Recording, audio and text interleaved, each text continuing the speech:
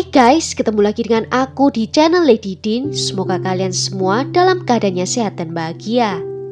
Kali ini aku akan bercerita tentang seorang wanita muda dengan masa depan yang cerah, namun hidupnya harus berakhir karena tidak bisa lepas dari hubungan toksik. Bagaimana kisah lengkapnya? Tanpa basa-basi lama-lama, kita langsung masuk ke ceritanya ya.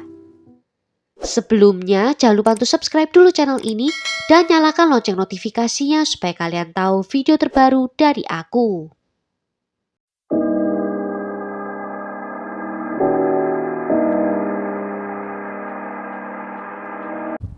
Always, entertain the idea that she was okay and alive somewhere, and the police allowed us to think that, even though everything that they knew pointed in a different direction.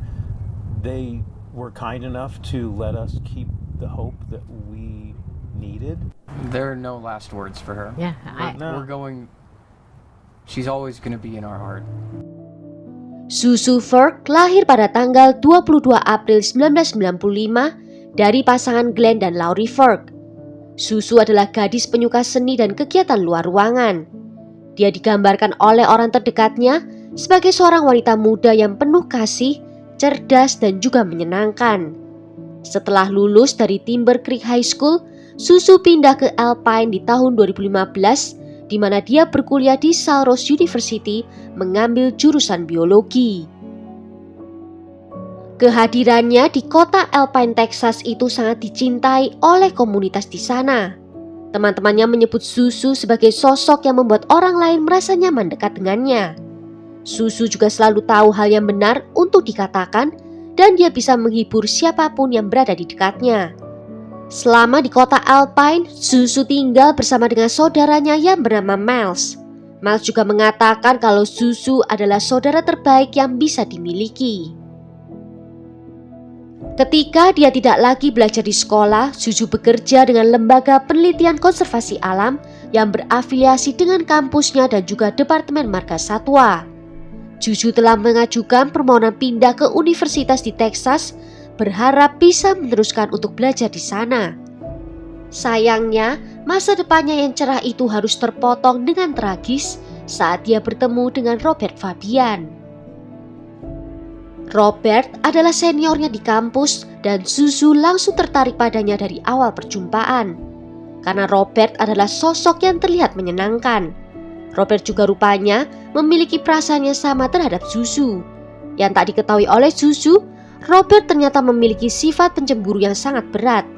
Ibu Susu menggambarkan Robert sebagai pria yang tinggi dan tampan, namun dia tidak menyukai sifatnya yang arogan dan juga manipulatif. Hubungan pacaran mereka pun tak lepas dari yang namanya masalah. Hubungan mereka sering putus nyambung, bahkan Susu pernah bercerita kepada ibunya kalau hubungannya dengan Robert itu bukanlah untuk selamanya. Namun, setiap kali mereka putus, Robert akan membujuk Susu untuk mau menerimanya kembali.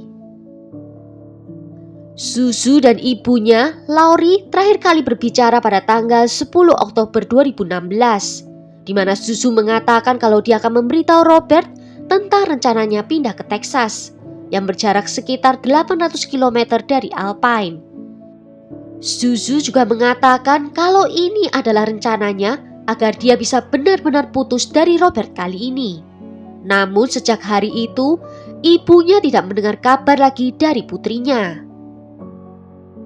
Karena mulai merasa depresi, Laurie kemudian menghubungi Robert, dan Robert menjawab kalau hubungan mereka saat itu sedang hiatus. Dia juga mengklaim kalau sudah beberapa hari tidak bertemu dengan Susu. Namun Laurie terus mengejar Robert yang akhirnya membuat dia menghubungi polisi dan meminta polisi untuk melakukan pemeriksaan di rumahnya Robert. Robert tidak memberitahu Laurie kalau di malam tanggal 11 Oktober dia dan Susu makan malam bersama. Ibu Susu baru mengetahui informasi ini dari temannya Susu dan informasi ini membuatnya merasa curiga akan Robert. Laporan hilangnya Susu secara resmi dibuat pada tanggal 14 Oktober 2016 dan Robert menjadi orang yang dicurigai. Pihak berwenang dan komunitas lalu memulai pencarian, namun Robert tidak pernah muncul dalam pencarian itu. Dalam interogasinya dengan polisi, Robert mengaku kalau dia ada mengundang Susu untuk makan malam.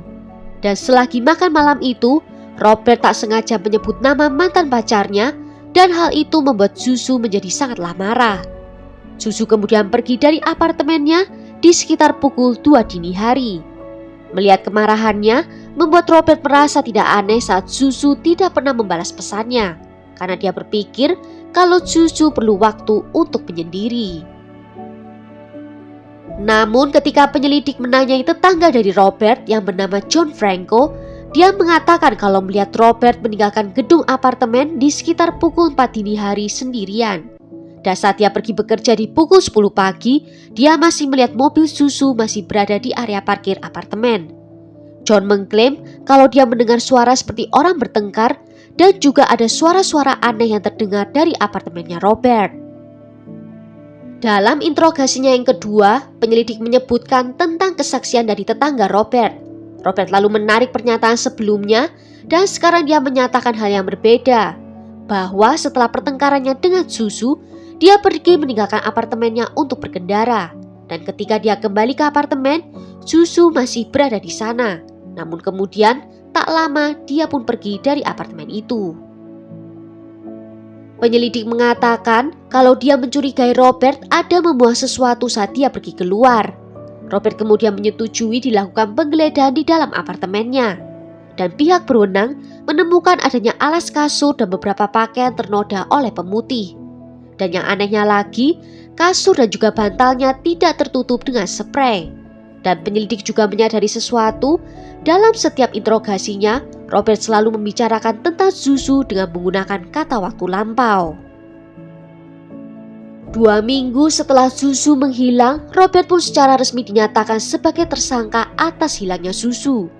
Dalam berita pernyataan itu juga menyebut nama Chris Estrada yang adalah teman baik dari Robert sebagai orang yang dicurigai oleh polisi. Dari catatan ponselnya, diketahui kalau di pagi hari pada tanggal 12 Oktober, Chris menerima panggilan telepon dari Robert di pukul 3:15 di dini hari. Dalam interogasinya, Chris mengatakan kalau dia menjemput Robert di hari itu untuk pergi bersama. Mereka menuju ke sebuah toko untuk membeli sebuah plastik yang besar. Namun, ada pernyataan dari teman Chris lainnya yang mengatakan setelah pergi dengan Robert, Chris pergi ke rumahnya di dini hari tanggal 13 Oktober. Dan dia mendeskripsikan Chris terlihat sangat pucat di hari itu dan tidak seperti dirinya. Saat ditanya kenapa, Chris hanya menjawab kalau dia tidak ingin melibatkan temannya dan memintanya untuk tidak menanyakan apa-apa lagi.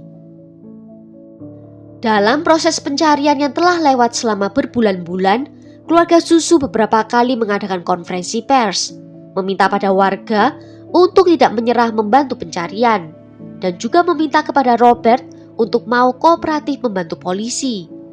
Namun sayangnya dengan tidak adanya petunjuk, pencarian pun berjalan melambat. Baru pada tanggal 3 Februari 2017, ketika polisi patroli perbatasan dalam pencarian, menemukan sebuah parit di padang pasir yang berisi sisa tubuh manusia. Sisa tubuh itu ditemukan dalam keadaan terbungkus sebuah plastik besar, sama persis seperti yang dibeli oleh Robert.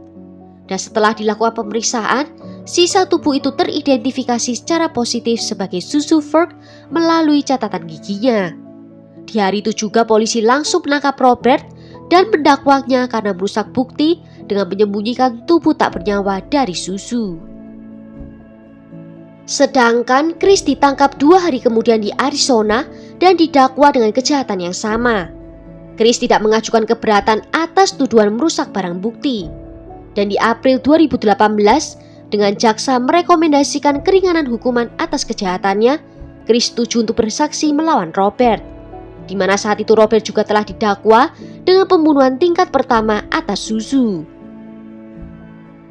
Persidangan diadakan pada minggu pertama di bulan Mei tahun 2019, di mana banyak saksi yang ditampilkan, termasuk pihak keluarga dan teman dari Susu dan juga Robert.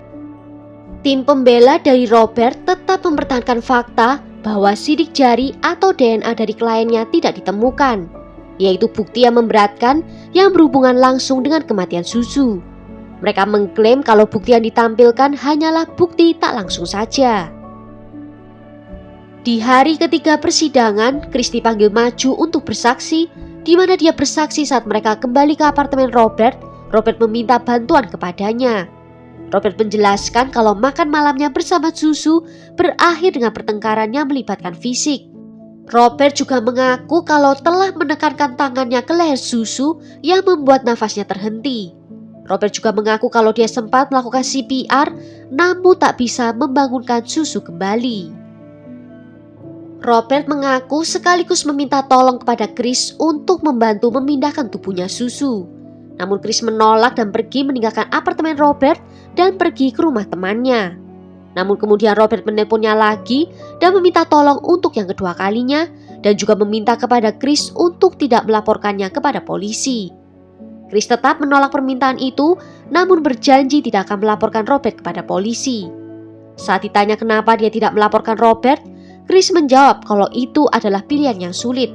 Namun itu pilihan yang dia ambil saat itu, tetapi hari ini dia memilih melakukan sebaliknya.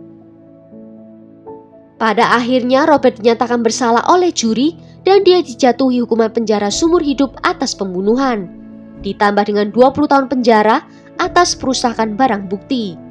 Dengan kesaksiannya di pengadilan, Chris hanya dijatuhi hukuman selama 42 bulan ditambah biaya atas tuduhan merusak barang bukti. Robert kemudian mengajukan banding dan menyatakan kalau dia menerima bantuan dewan yang tidak efektif dan bahwa pengadilan mengizinkan saksi kaki tangan dan informan penjara untuk bersaksi di persidangan. Namun hakim memutuskan bahwa vonis bersalah dalam kasus awal tetap harus ditegakkan dan semua bukti yang ditampilkan telah cukup kuat.